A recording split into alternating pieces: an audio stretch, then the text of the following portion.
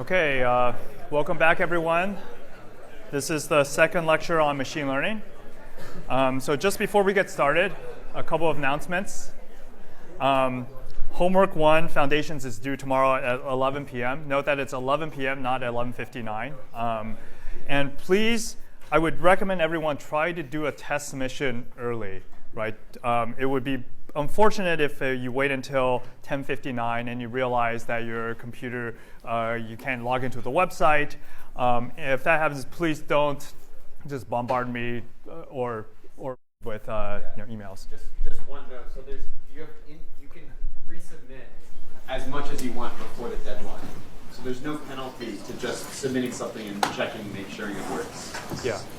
So just to remind you, you are responsible for any technical issues you encounter, so please do the test submission early so you have a peace of mind, and then you can go back to finishing your homework. Okay. Homework 2, Sentiment, is out. This is the homework on machine learning, and it will be due next Tuesday. And finally, there's a section this Thursday which will talk about backpropagation and nearest neighbors, and maybe an overview of scikit-learn, which might be useful for your project, so please come to that. Okay, so let's jump in. I'm going to spend a few minutes reviewing what we did last time, kind of starting at the very abstract level and drilling down into the details. So at abstract level, learning is about taking a data set and outputting a predictor f, which will be able to take inputs x, for example, an image, and output a label or output y, for example, whether it's a cat or a truck or so on.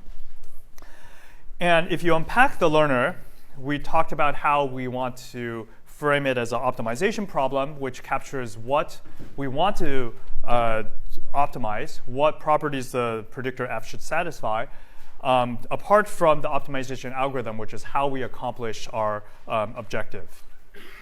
So the optimization problem that we talked about last time was minimizing the training loss.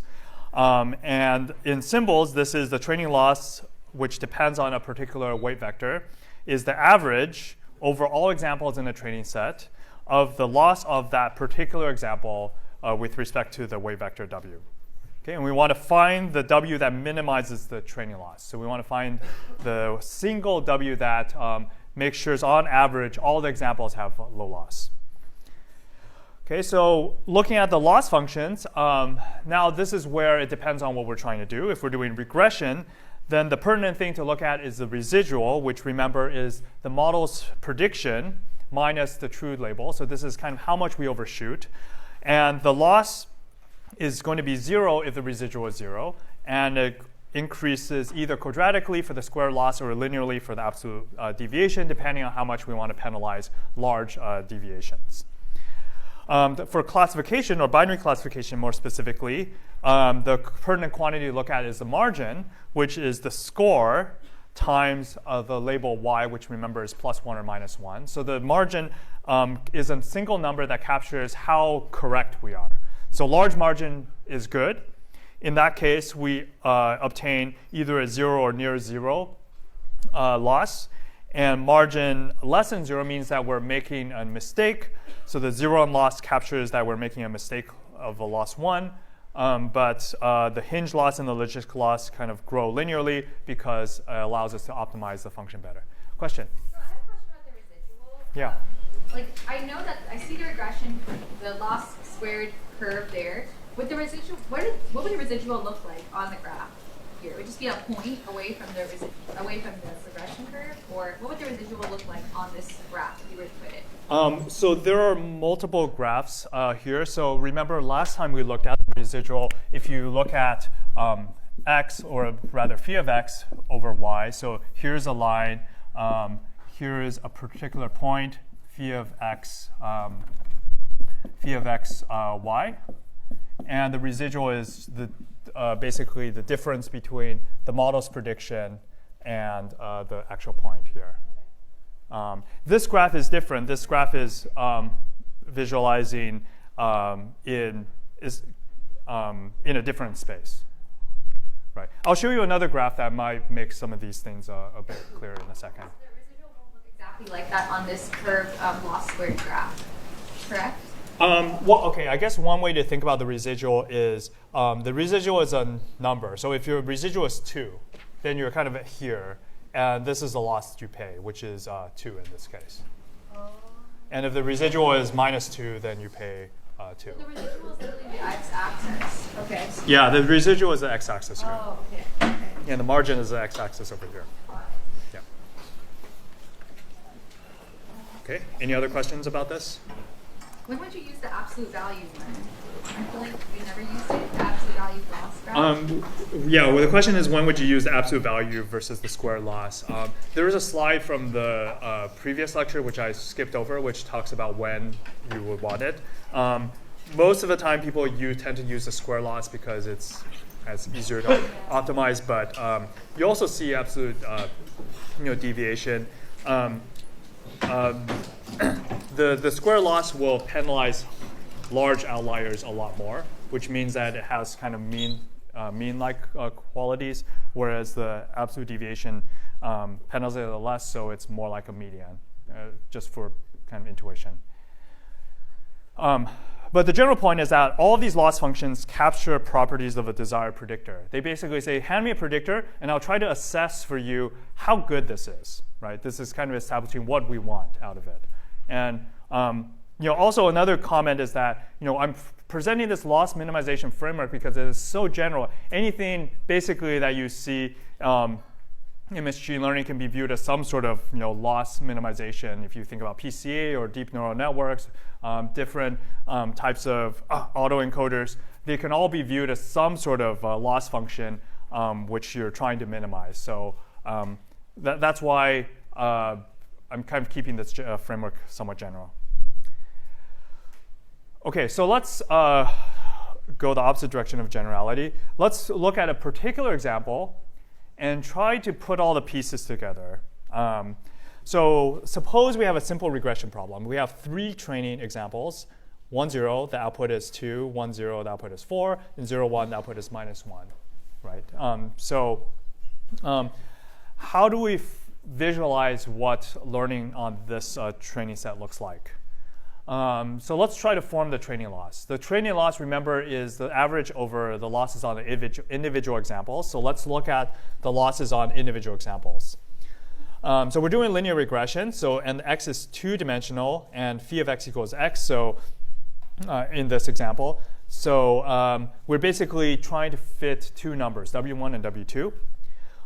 So if you plug in these values for x and y into this loss function, then you get the following quantities. So the dot product between w and x is just w1, right? Because x2 is 0. And you minus 2, and you square it because we're looking at the square loss. The same thing for this point. Instead of 2, you have a 4.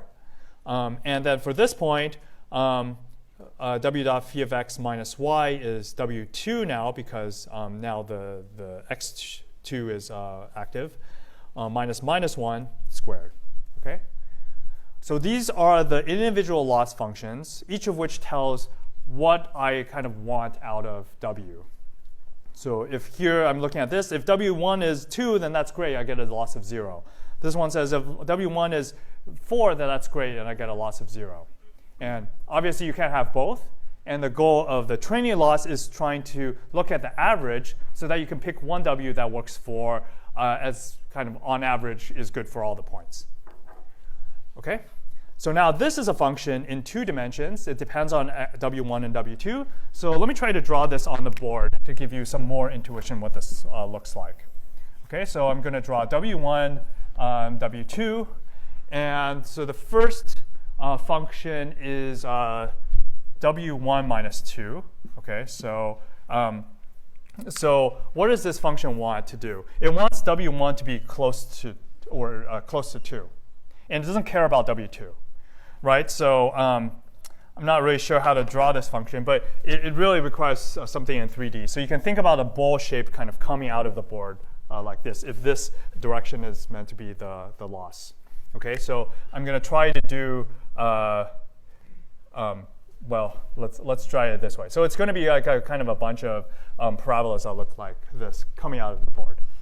Okay. Okay. So what about the second one? The second one is w1 minus 4 squared. So that's going to be basically the same thing, but kind of centered around 4, so around this axis. Okay, so again, this is going to be some parabola coming out of the board. And then finally, the other point is W2 minus -1. So it's going to be happiest when W2 is -1. So it's going to be kind of a bunch of parabolas coming out of the board here. Okay, so you add all 3 functions up, and what do you get? You get something that is has, first of all, where do you think the minimum should be? One of the 2 intersections of the one of the 2 intersections. Yeah, like the first vertical and horizontal, or the second vertical and horizontal. Oh, the red lines, I mean. Oh, yeah, it's going to be some sort of intersection here. So if you look at the W2 axis, right, it should definitely be -1 because this is the only function that cares about W1. So it's going to be somewhere here. And both by symmetry, well, this one wants it to be at 2, this one wants it to be at 4, so the average is somewhere in between. You can work all of this kind of actually mathematically out. I'm just kind of giving the rough intuition. And now let me draw the level curves here. The level curves are going to be something like this, where again, if you draw it in 3D, it's like a parabola or coming out of the board here, where here is the lowest point.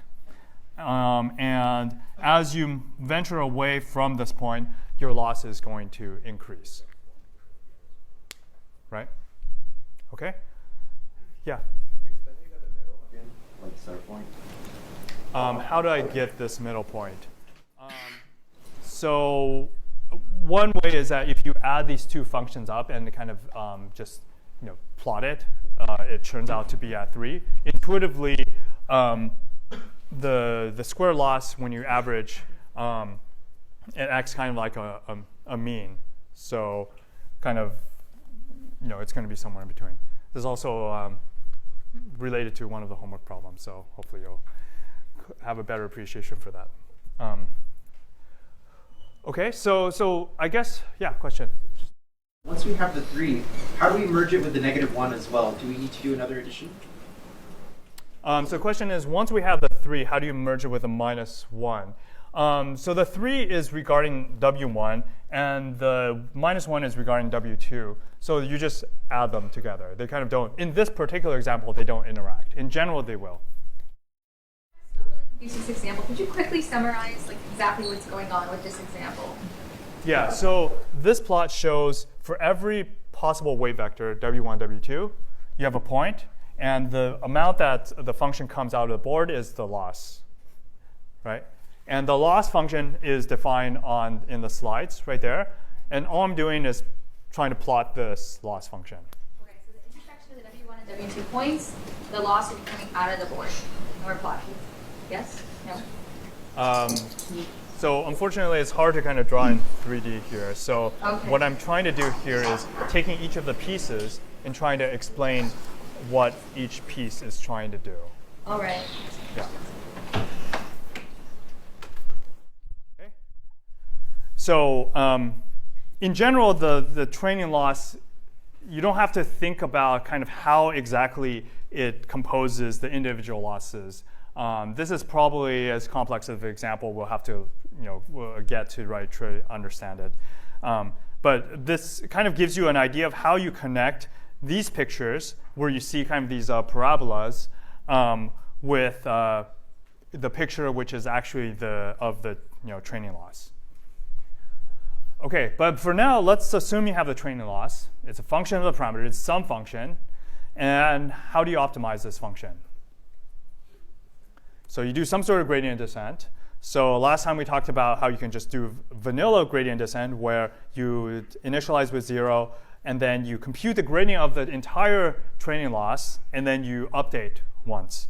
And the problem with that is computing the gradient requires going through all the training examples, and if you have a million training examples, that's really slow. So instead, we looked at stochastic gradient descent, which allows you to pick up an individual example and then make a gradient step right away.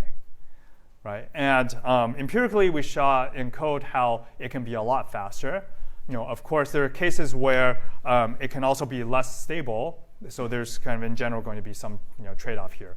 But by and large, stochastic gradient descent, it kind of really dominates machine learning applications today because there's the only way to really kind of scale to large data sets. Okay, yeah.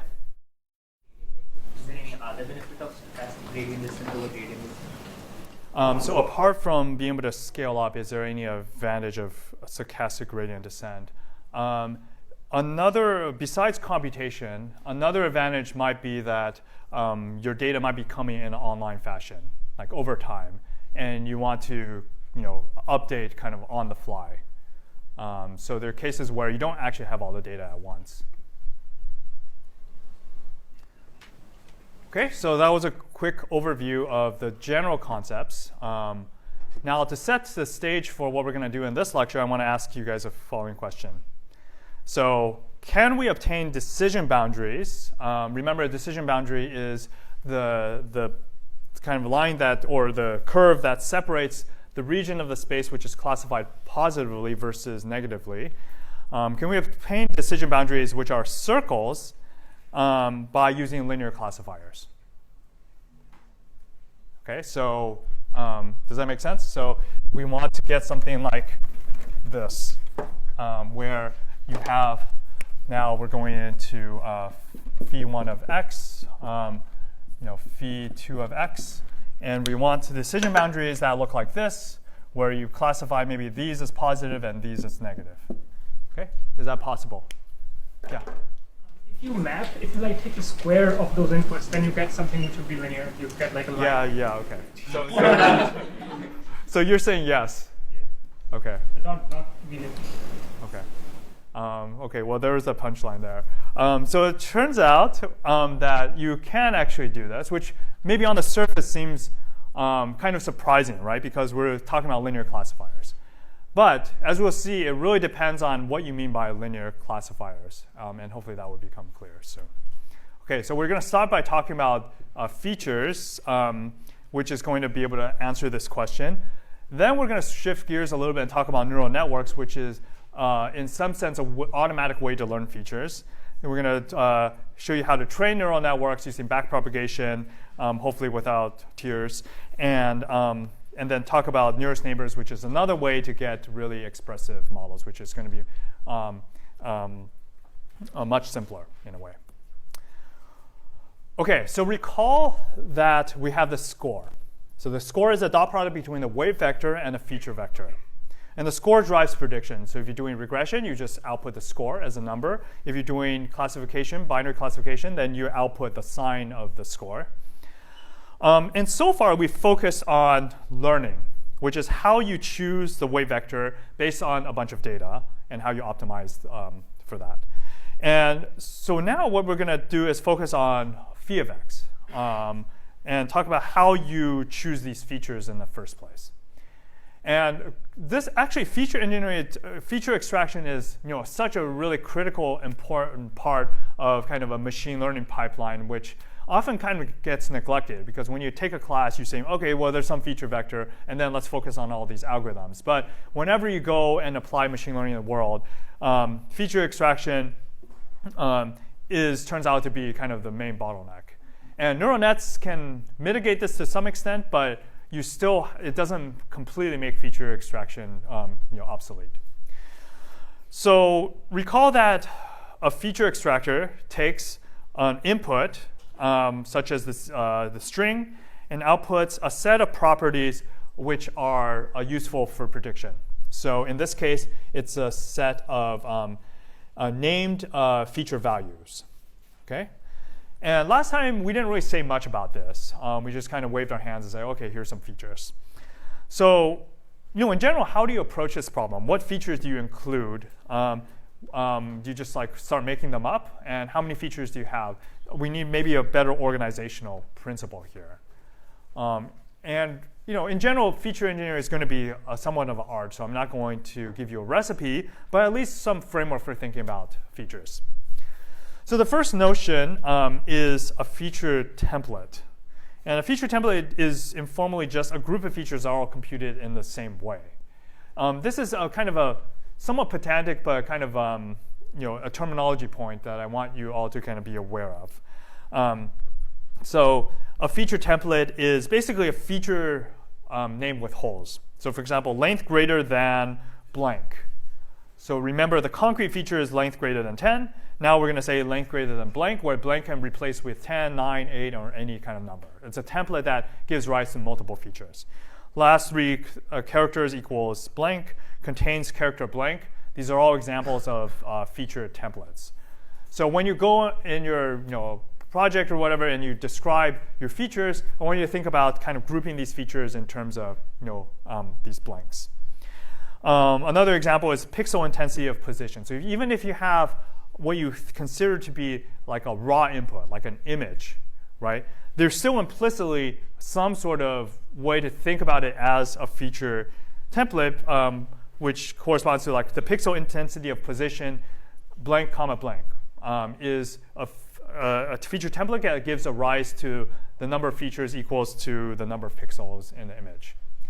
And this is useful because maybe your input isn't just an image. Maybe it's an image plus some metadata. Then having this kind of language for describing all the features in a unified way is really important for clarity. Okay, so as I alluded to, each feature template maps to a set of features. So by writing last three characters equals blank, I'm implicitly saying, well, I'm going to define a feature for each value of blank, and that feature is going to be associated with a value, which is just the natural evaluation of that feature on the input. Okay, so all of these are 0 except for ends with .com is 1. Okay, so and in general, you are going to have each feature template again might give rise to many features, right? The number of possible three-letter character is some number of characters to the cube, which is a large number. So one question is, how do you represent this, right? Yeah, sparse vector. Yeah, good answer. So mathematically, it's really useful just think about this vector as a d-dimensional vector, right? Just d numbers just laid out, right? And because that's mathematically convenient. But when you go to actually implement this stuff, you might not represent things that way. In particular, what are the ways you can represent a vector? Well, you can say, I'm going to represent it as an array, which is just this list of numbers that you have. But this is inefficient if you have a huge number of features. But in the cases where you have sparse features, which means that only a very few of the feature values are non-zero, then you're better off representing it as a map, or in Python, a dictionary, which you specify the feature name is a key, and the value is the value of that feature, right? And all the homework 2 will basically work in this sparse feature framework. And just a kind of a note, a lot of especially in NLP and when you have discrete objects, traditionally it's been common to use kind of these sparse feature maps. One thing that has happened with the rise of neural networks is that often you take basically your inputs and embed them into some sort of fixed dimensional vector space, and dense feature representations have been more dominant. But sparse features, if you want to use linear classifiers, is still kind of a good way to go. So it's important to understand this. Okay, so now in sort of storing possibly a lot of features, now you just store the key and the value. All right, so this was the feature templates. The overall point is that it's kind of an organizational principle. Okay, so now let's switch gears a little bit. So which features or feature templates should you actually write down? And to get at that, I want to introduce another notion, which is pretty important, especially if you can understand, if you think about the theory of machine learning. And that's the notion of a hypothesis class. Okay, so remember we have this predictor. So for a particular weight vector, that defines a function that maps inputs into some sort of score or prediction. And a hypothesis class is just the set of all predictors that you can get if you vary the weight vector. Okay? So let me give you, I'm going to come back to this slide. Let me give you kind of an example here. So suppose you're doing regression, and you're doing linear regression in particular. So you're in one dimension, here is x, and here is I guess y. So if your feature map is just the identity, so maps x to x, then this notation just means the set of all linear functions like this. Then the set of functions you get, you can visualize as this, right? So you have one function here, and for every possible value of w1, you have a slope. You also have 0. These should all go through the origin. And so you have, these are your functions, right? So your hypothesis class f1 here is essentially all lines that go through the origin. Okay? So just want to think about when you write down a feature vector, you're implicitly committing yourself to saying, hey, I want to think about all possible predictors defined by this feature map. Okay, so here's another example. Suppose I define the feature map to be x, x squared. Okay, so now what are the possible functions I'm going to get? So does anyone want to say read off the slide what it is? It's going to be all quadratic functions, right? Okay, so in particular, because I don't have a bias term, it's going to be all quadratic functions that go through the origin. So let me actually draw another. Ow. Okay.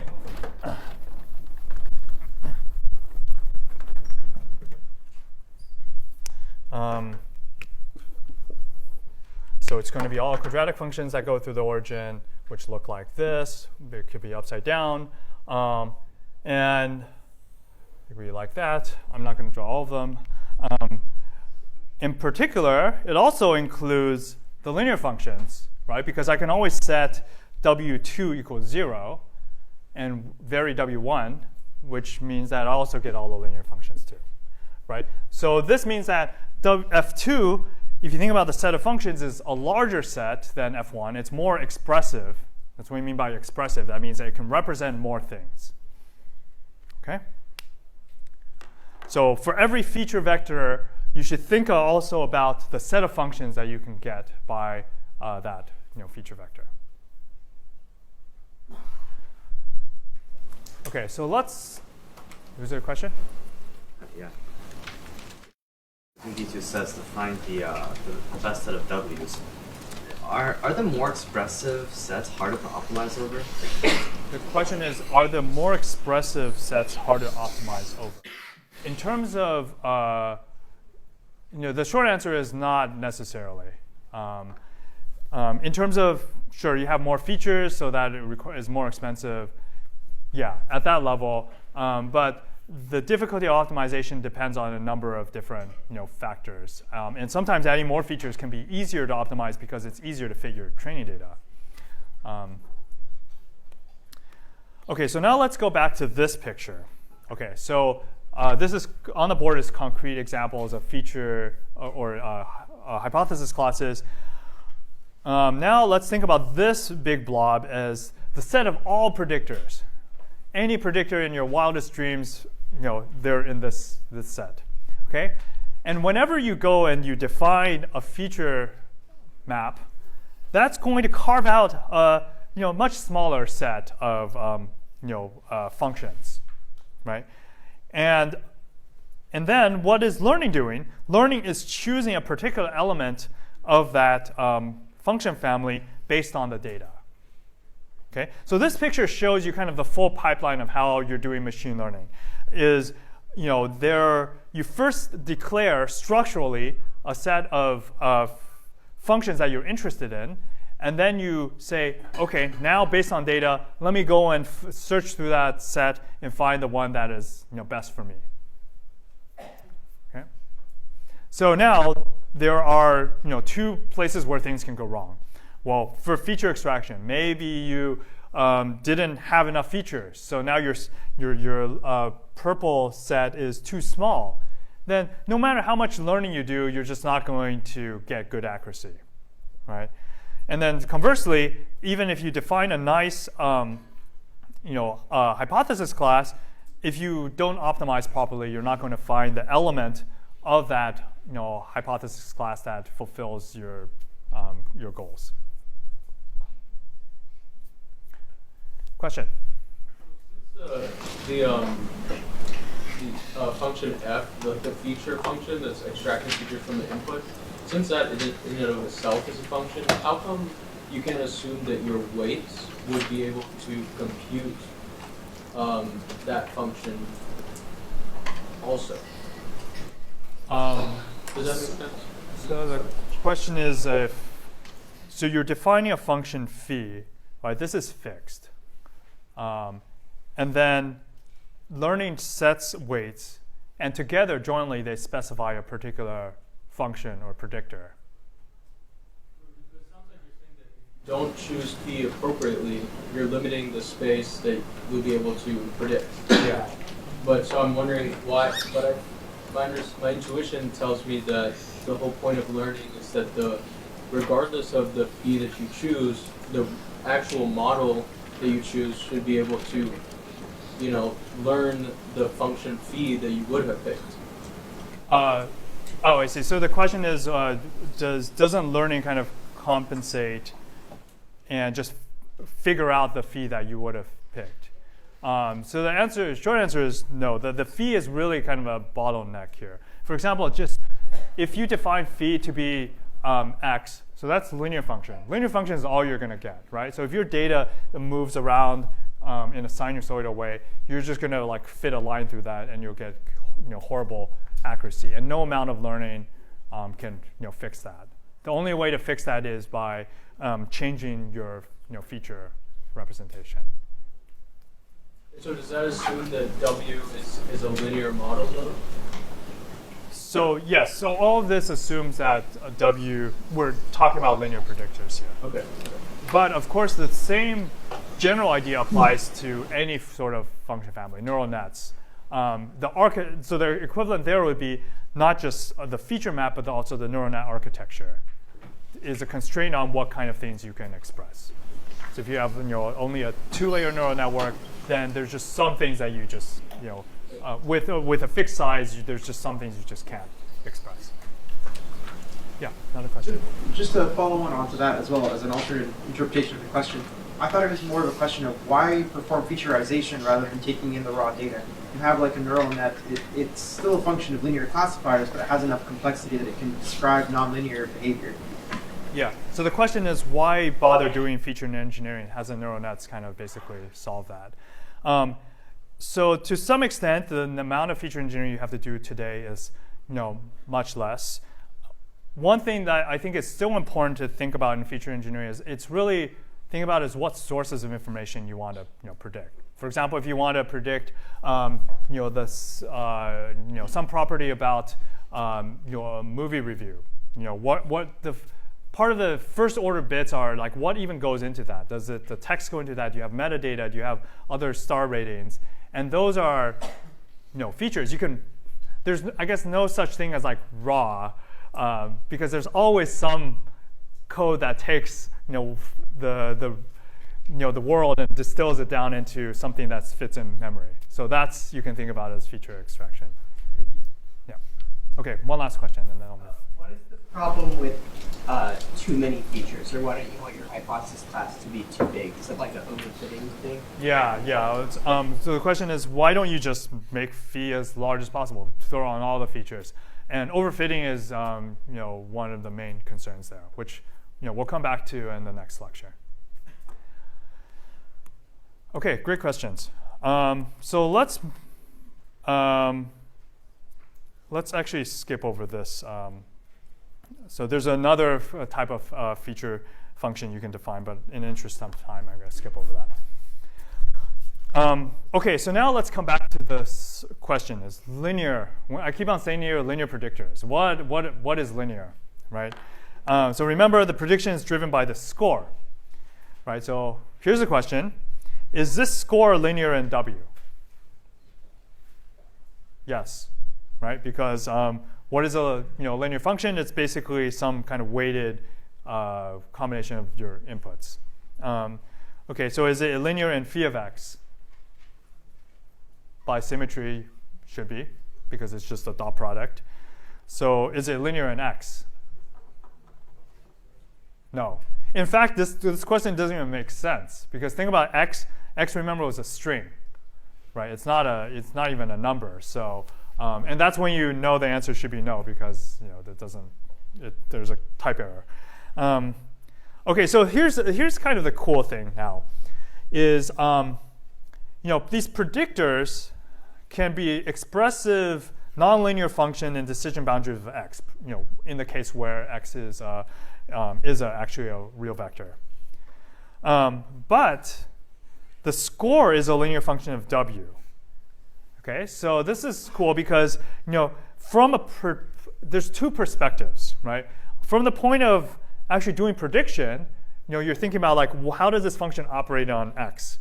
And you can get all sorts of crazy functions coming out.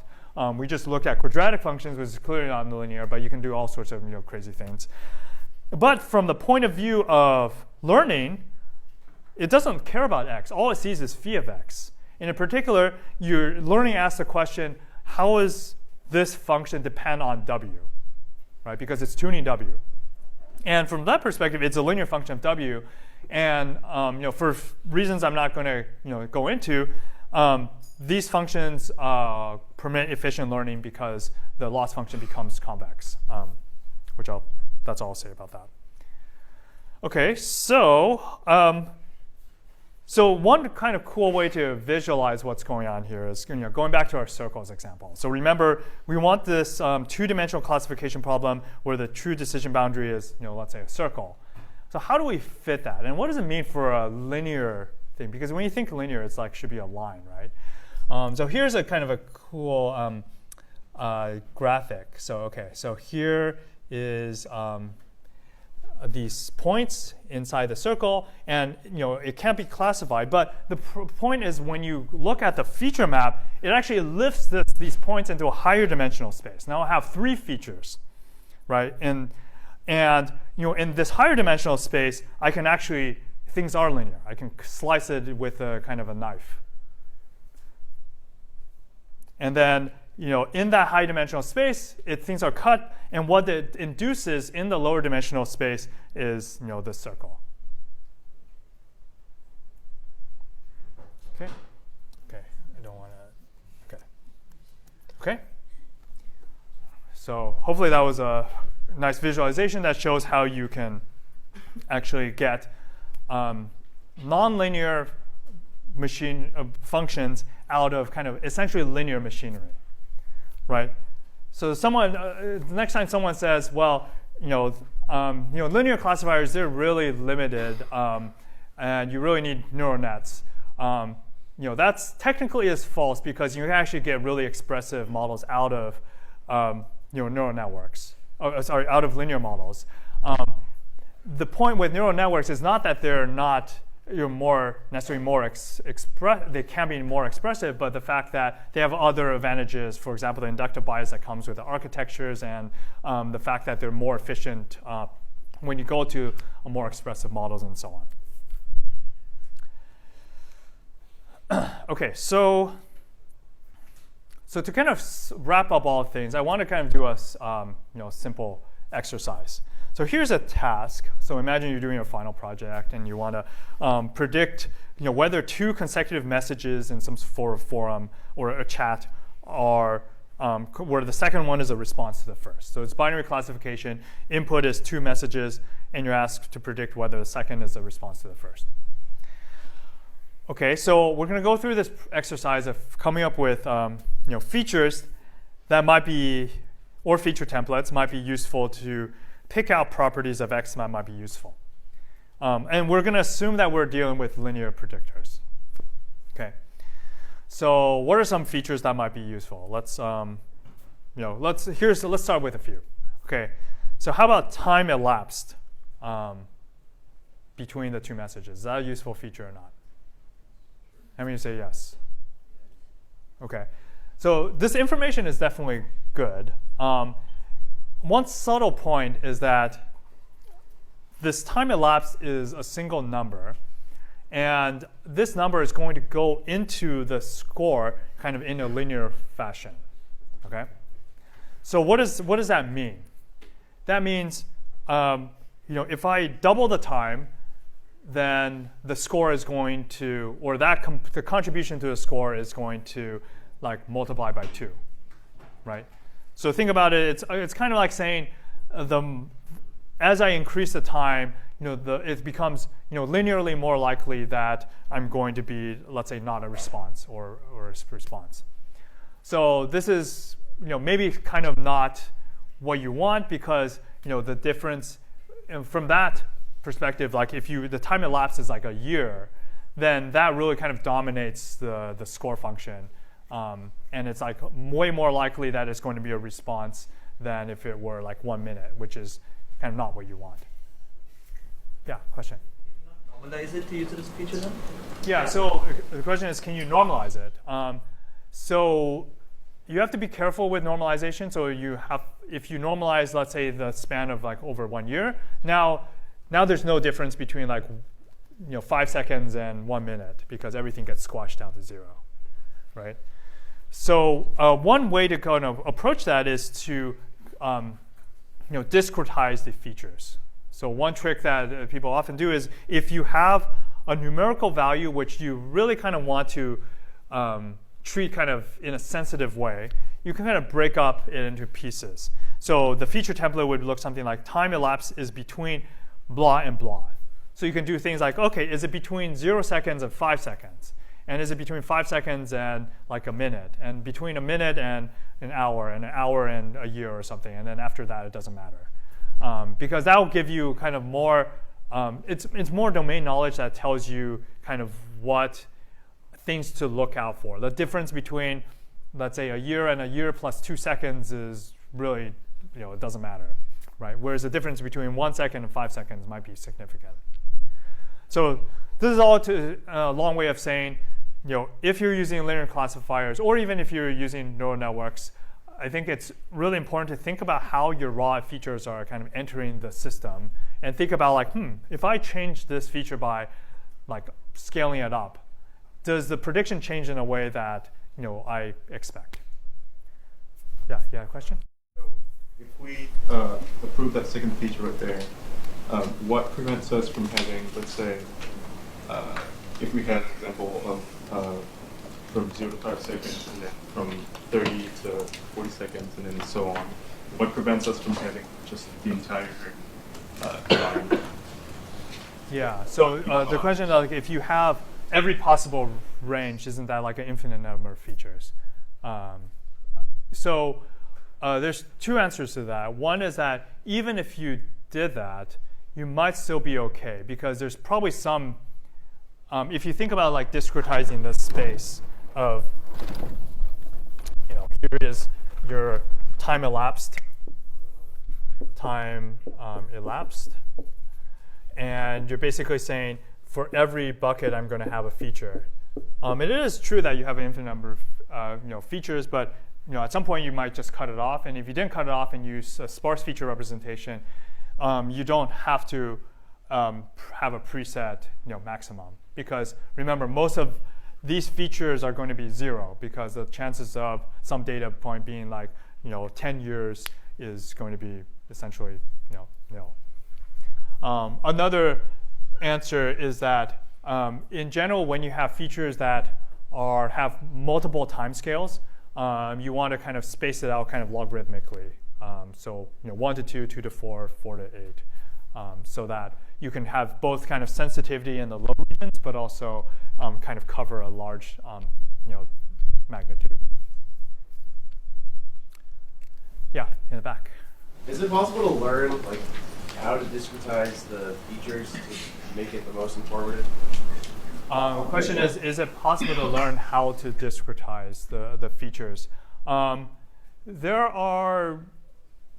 There's definitely more automatic things you can do besides just like hand specifying them. At some level, though, you have to kind of input the value in a form. Like if you've inputted it into x versus, let's say, log of x, those choices often can make a big difference. But if you use more expressive models like neural networks, you can mitigate some of this. Yeah. I see the value in changing time elapsed from a number to like a Boolean of whether it falls between a range. When would you want to retain a numerical value for the feature? When would you not want to discretize it? Yeah, good question. So when would you actually want to not discretize it? So there are essentially when you expect kind of the scale of that feature to really kind of matter in some sense. So certainly when you think that some things behave linearly, then you just want to preserve the linear. Or if you think that it behaves quadratically, then you want to keep the feature but also add like a squared term to it. Okay.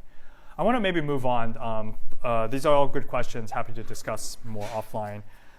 So some other features might include the first message contains blank, where blank is a string. Right, so maybe things like question marks are more indicative of things being the second message being a response. Second message contains certain words. Two messages both contain a particular word. There's cases where it doesn't really. It's not the presence and absence of particular words in individual messages, but like the fact that they both share a common word. That might be useful. Here's another feature, which is two messages have the some number of common words together. So this feature is kind of interesting because it's there's for example, you look at this feature, it's how the number of, when I say feature, I actually mean feature template. So for this feature template, there are many features, one for possibly any number of words. And this, again, leads to cases where you might have a lot of sparsity, and you might not have enough data to fit all the features. Whereas this one is very compact, that says, I just have to look at the number of overlaps. So the two messages might contain a word that I've never seen before, but I know it's the same word, and I can kind of recognize that pattern. So there's quite a bit of things you can do to play around with features that capture the intuitions about what might be relevant to your task. Question? Yeah. So when we have a lot of these sparse features, like with the third, fourth, and fifth one here, is that when we want to do like dimensionality reductions, like knock out some of those many features? So the question is, when you have a lot of sparse features, do you want to do dimensionality reduction? Not necessarily. So in terms of computation, having sparse features doesn't necessarily mean that it's going to be really slow, because there's efficient ways of representing sparse features. In terms of expressivity, one thing that in a lot of NLP applications, you actually do want a lot of features, and you can have a lot more features than you might think you can handle. And because you really want the first order bit is just to, be expressive enough to even fit the data. Yeah. Okay, let me move on since I'm running short on time.